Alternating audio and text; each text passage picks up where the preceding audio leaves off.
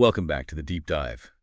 Okay, imagine this scene. You're deep into year-end close, right? Going through the numbers, and someone on your team comes over, maybe taps you on the shoulder. They've found something, an error, Yeah. or maybe an omission from like last year's financials. Could be anything revenue booked too soon, a big liability just missed, Yeah. an accrual that never got posted, and you get that sinking feeling in your stomach because suddenly it's not just about fixing this year. You might actually have to go back and, well, rewrite history a bit. Yeah, that moment. It really is a huge test, a test of integrity in your financial reporting. And when that happens, when you find that error, you can't just, quietly slip an adjustment into this year's P&L and hope nobody notices. That's where our whole deep dive today comes in. It's all governed by one key standard, IAS 8 accounting policies, changes in accounting estimates, and errors. That standard tells you how to fix things. But the real decider, that's professional judgment, specifically how you apply materiality. Right. So our mission today, for you listening, is to really cut through all the maybe confusion around this, give you the playbook. We're going to unpack exactly how IFRS says companies have to deal with these errors, keep the statements reliable, comparable, and crucially, why deciding whether to restate the past? Well, it's about way more than just the size of the check. It's about trust. Okay, so let's start right there. IAS 8. What's the fundamental rule? When you find one of these prior period errors, what's the default expectation? The standard, it's pretty clear on this. The default is prior period errors must be corrected retrospectively. That's the starting point.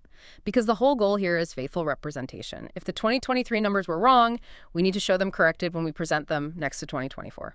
Makes sense. Okay, retrospectively. So what does that actually look like on the financial statements, the ones people actually read? Well, it's kind of a two-step thing, mainly. First, you restate the comparative figures. So if you found the mistake while closing the books for 2024, you have to actually correct and republish the 2023 figures shown alongside them. That way, the year-on-year comparison still works. It's apples to apples. Second, and this is really important, you adjust the opening balance of retained earnings. You do that for the earliest period you're presenting. So if the error actually happened back in 2022, but you're showing 2023 as the comparative year, you adjust the retained earnings as of January 1st, 2023. It kind of cleans the slate from that point forward in the presented financials. That sounds pretty strict, a hard rule. But IAS 8 isn't completely inflexible, is it? Are there escape hatches? Yeah. Scenarios where you don't have to restate? You're right, there is some flexibility built in, but only in pretty specific and frankly quite rare situations.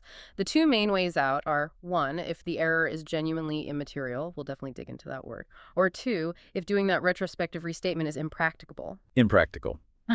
Okay. Is that something companies can easily claim, like, oh, it's too much work? Or is it reserved for, genuine disasters like the records were destroyed in a fire? Oh, it's definitely the latter. Impracticable sets an extremely high bar. It means you literally cannot reconstruct the information you need to fix the error properly. Or maybe you could estimate it, but the estimate would be so subjective, it's basically useless.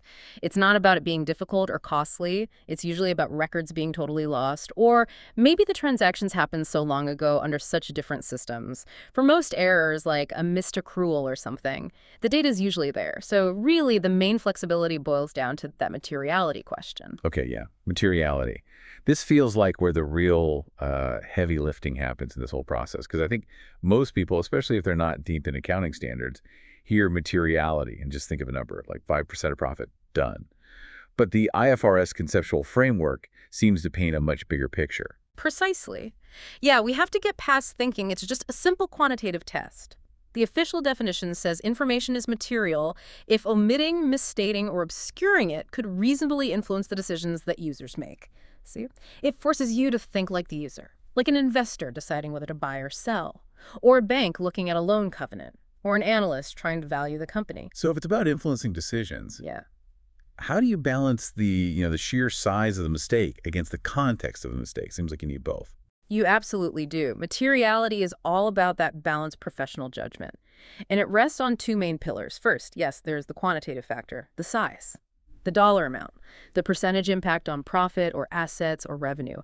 If an error is just huge, 20% of net income, it's probably material just based on size alone. But then there's the second factor, which can sometimes be even more important, the qualitative impact. This is where context is king. A Relatively small dollar error could still be material if it does something tricky, like maybe it tips the company just below a debt covenant threshold. Or maybe it masks a change in a trend, like turning a small reported loss into a tiny profit. Or, and this is a big one, if it looks like it might be hiding management bias, say, helping someone meet a bonus target. That raises huge red flags qualitatively. Okay, that makes sense in theory, governance, user perspective. But how do auditors on the ground actually, operationalize that, put numbers to it? They can't just rely on that one big 5% number, can they? Otherwise, like loads of tiny errors could slip through and add up. Exactly right. That's a key risk, aggregation risk. So auditors use a more sophisticated approach, a kind of layered hierarchy of thresholds. They don't just have one number, they typically use four to structure their work and manage that risk. So first you have overall materiality. OM, that's the big one. The maximum misstatement they think could exist in the financial statements as a whole before it starts misleading users, often based on a benchmark like maybe 5% of profit before tax. So if profit is $10 million, OM might be, say, $500,000. If all the uncorrected errors add up to more than OM, then adjustments, potentially restatement, are pretty much required. Okay, so OM's the absolute ceiling. But what stops lots of, say, $50,000 errors from piling up and causing a problem, even if none of them hits that $500 K mark alone? Ah, that's exactly what performance materiality PM is for. PM is set lower than OM, often significantly lower, maybe 50% to 75% of OM. So if OM is 500K, PM might be set at 350K, maybe even lower.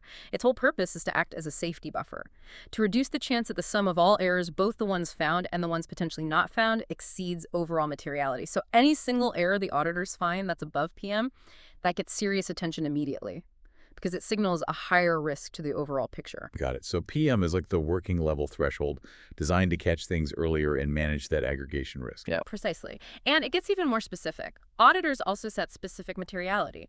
This is for account balances or disclosures that are just inherently more sensitive or important to users, regardless of the overall company size. Think about things like related party transactions, or maybe revenue recognition in a complex area, or disclosures about environmental liabilities. An error of, say, $100,000 in related party dealings might be deemed material due to the governance implications, even if $100 is way below the main performance materiality. And then finally, right at the bottom, there's the trivial threshold, sometimes called the clearly trivial or posting threshold. This is usually a very small amount, maybe 2% to 5% of performance materiality. Items below this are considered totally inconsequential. Auditors generally don't even track them or ask management to correct them, they're just noise. Wow. Okay. That's quite a structure. OM, PM, specific, trivial. It's a much more robust system than just a single percentage.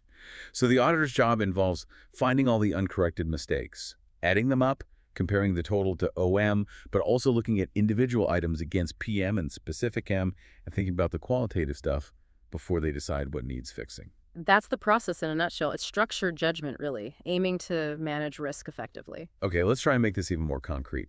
Apply this hierarchy. Can you give us some real-world type examples? Like what kind of errors pretty much always mean you have to do the full retrospective restatement and what might be allowed to just be corrected in the current year? Sure. A classic one needing restatement is a significant revenue recognition error. Imagine a company reports $10 million in net income. Then they find out they wrongly pulled forward $1.2 million of revenue into that year. Well, that's a 12% impact on net income right there, highly likely to be quantitatively material. That screams retrospective restatement. The impact on performance is just too big. Another example, often seen as qualitatively material almost regardless of the amount, is if you find an omitted lease liability under IFRS 16. That standard fundamentally changed how leases appear on the balance sheet, omitting a major lease liability and the related right-of-use asset. That misrepresents the company's leverage and asset base. That usually requires going back and fixing it. Yeah, I can see how those would cause major headaches. Restating isn't just like changing a spreadsheet, is it? Mm-hmm. It often means admitting a weakness in controls, maybe shaking investor confidence. That $1.2 million revenue error isn't just a number. It's probably a series of very uncomfortable meetings. So what about the stuff that's maybe less painful, the errors that can be handled more simply? Right. Those are typically the errors that fall below the key materiality thresholds, both quantitatively and qualitatively. So let's say that same company with $10 million net income discovers they forgot to accrue $200,000 for year-end bonuses. Okay, 200K, so that's only 2% of the net income. Assuming the performance materiality is higher than that, and there's no weird qualitative angle, they'd likely just correct that by recording the expense in the current period's P&L. No need to reopen and restate 2023. Or Another example. Maybe a company mistakenly capitalized $500,000 of software development costs that really should have been expensed. If that 500K is comfortably below their overall materiality threshold, again, assuming no qualitative issues, management could just expense that $500 in the current year. The key lesson, really, is about proportionality. Was the error material to the prior period? If yes, restate. If no, but it's material to the current period when you find it, then correct it now, usually through the P&L, and disclose it clearly. Okay, that makes sense. But it does raise a really important question, one I know auditors and companies wrestle with. Getting the treatment right is critical. How do you make sure you're definitely dealing with an IAS 8 error, needing that retrospective fix, and not something else, like maybe just changing an estimate about the future, which gets treated totally differently? Yeah, that distinction is absolutely paramount. Because getting it wrong leads to the wrong accounting treatment, which undermines the whole point. IAS 8 actually defines 3 distinct things, and yeah, the treatments are very different. So, first, as we've been discussing, you have an error. That's a mistake. You applied the rules wrong or missed something. And the treatment, as we said, is retrospective correction. Second, you might have a change in accounting policy. This isn't correcting a mistake. It's choosing to adopt a different allowable accounting method, like maybe switching from the cost model to the fair value model for investment properties, or adopting a whole new IFRS standard like IFRS 9 on financial instruments for the first time. The treatment here is also generally retrospective restatement. You apply the new policy as if you'd always used it, again, for comparability. Okay, error and policy change are both retrospective, so what's No. the third category? The one that avoids restatement. That's the change in accounting estimate. And yes, this is the one that gets treated differently. This happens when you revise an estimate based on new information or changed circumstances. You aren't saying the way you estimated before was wrong, just that the underlying assumptions need updating. Classic examples are changing the estimated useful life of a machine because it's wearing out faster or slower than you first thought, or updating your estimate of bad debts based on new economic forecasts. Because you're just refining your judgment based on new facts, the treatment is prospective. You just apply the new estimate from this point forward. No need to touch prior periods. There's a reasonably simple rule of thumb that often helps here. If new information causes you to revise a number or an assumption, is probably an estimate change. Prospective. Yeah. If you've changed the fundamental accounting rule or method you're applying, it's likely a policy change. Retrospective. And if you just plain got it wrong applying the rule that was in place, that's an error. Also retrospective. Got it. Error, policy change, estimate change, different triggers, different treatments. Okay, so wrapping this up, what does that mean for the person actually sitting there, the CFO or the controller who has to make the call? Beyond all the specific rules in IAS 8, it feels like this whole process really hinges on, well, integrity, on objective judgment. What are those qualitative things that can really push a borderline error over the edge, forcing that difficult decision to restate? Yeah, it really does come down to judgment, especially on those borderline calls. And the auditors will be laser focused on the qualitative side then. They'll be asking, does this error, even if it's near the PM threshold, conveniently help meet executive bonus targets? Did the error happen in an area that's known to be complex or requires significant judgment, suggesting maybe some bias crept in? Does correcting it reverse a positive trend the company has been reporting, like turning slight reported growth into a slight decline? Management really needs to understand that if an error correction makes them miss a key benchmark or flips a result negatively, the pressure to restate increases dramatically, just to demonstrate objectivity, avoiding any perception of bias. And if judgment is so crucial, then documenting that judgment must be just as critical, right? Oh, absolutely essential, non-negotiable, really. Management must prepare a detailed materiality memo for any significant error found. This memo is their defense. It's the paper trail. It needs to clearly lay out what was the error, what's the quantitative impact against all those auditor thresholds we talked about, OM, PM, specific, and critically, what's the qualitative assessment? Why is it or isn't it qualitatively material? And therefore, what's the rationale for the chosen treatment, restate or correct currently? That memo is what they use to have that structured discussion with the auditors, and it's potentially what they'd show regulators if questions ever came up later. And, looking forward, companies are getting smarter about this, proactive. We're seeing more use of technology like advanced analytics, maybe Power BI dashboards, or even Python scripts for automated exception tracking. These tools can flag transactions during the period that look unusual, break patterns, or exceed certain low internal thresholds. The idea is to catch potential problems before they become big year-end surprises. Finding that $1.2 million revenue error in May is a whole different conversation than finding it the following February. That's a great point. Finding an error. It doesn't have to be seen as a failure. Sometimes it's actually a sign that your review processes are working. The really key thing is how you respond. With that structured evaluation, with transparency, and by applying the rules like IAS 8 correctly. Exactly. At the end of the day, it boils down to three things: consistency in applying the framework, transparency in your reasoning and disclosures, and proportionality in the treatment. You need to correct what truly matters based on that full materiality assessment. You need to clearly explain why you treated it that way, and you absolutely need a clear, objective audit trail, that memo. That's how you maintain trust in the numbers. Okay, so here's a final thought for you, our listeners, to maybe chew on. We know restating financial statements is disruptive. It can hit share prices, raise awkward questions, affect confidence.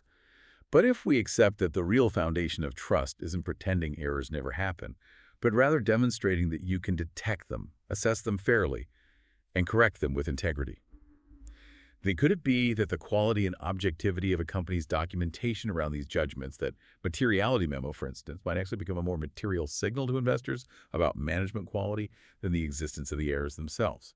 Something to think about next time you're looking at a set of accounts. Thanks for joining us on the Deep Dive.